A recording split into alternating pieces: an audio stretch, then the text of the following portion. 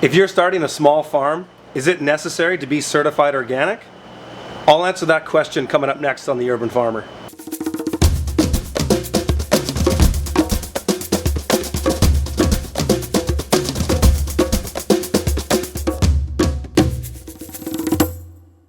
So this is a question I get a ton. I get this when I teach workshops, I get this when I'm consulting for people. They're always asking me, are you certified organic? If I'm starting a small farm and I'm farming on, a quarter acre or half acre, and I'm just going to sell at farmers markets, should I be certified organic? It all comes down to a maybe.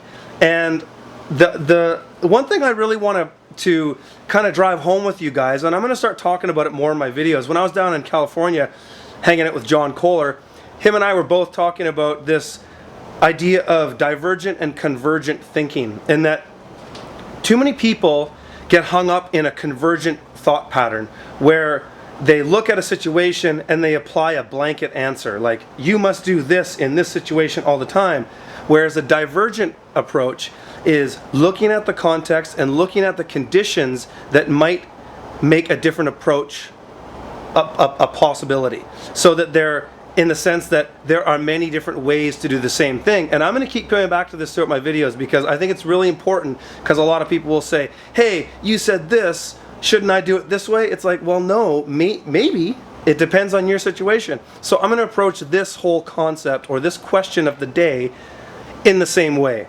Should you be certified organic or not? The answer is maybe. So if you're a small farm and your primary market streams are like mine, we sell at farmers markets and we sell at restaurants. Do you need to be certified organic? Well, even there's a maybe. So the thing you need to ask yourself is it going to give you an edge? So in order to be certified organic, you have to go through, quite a bit of paperwork, and there are some costs involved. It's not the worst thing in the world, but it is some work, right? So does that work? If you do a cost-benefit analysis, does that work justify the expense? So if you had a farmer's market that insisted you be certified organic and that was the only farmer's market you can sell at, well then you're kind of in a situation where you better be certified organic. Same with the restaurants. If you felt that you had to be certified organic in order to get an edge or a leg up from your competition or other farms, then it might make sense to do that.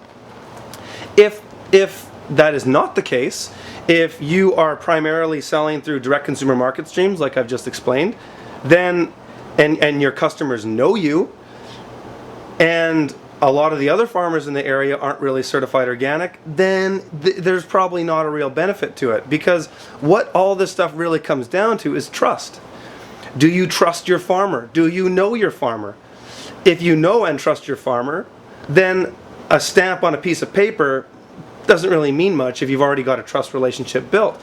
However, if you don't know your farmer and you're buying food from a grocery store and you don't know where that farm is or anything about it, and it has that stamp of approval, then I think it offers value. So for myself as a person, as an individual, when I go to a grocery store and I'm buying products, I'm always buying certified organic products. If they're ones that I can't get locally, I'm going to prefer a certified organic product, because that is the arbiter of trust in that situation.